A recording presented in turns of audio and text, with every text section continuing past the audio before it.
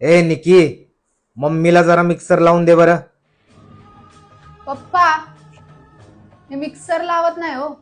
मी ना कुटते. माझा पॅटर्नच वेगळा आहे. बर जा, कुठ जा जा. अगं काय वाईट होतं मी आणलेल्या स्थळात? त्याला पण तू नकार दिला.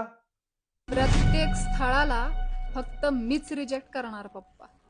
अगं पण पोरीचं लग्न बापच ठरवतो. मग मीच बाप आहे असं समजा पप्पा. पोरी, तू जर तुझ्या मनासारखं केलंस ना तर परत माहेरी कधीच बोलवणार नाही.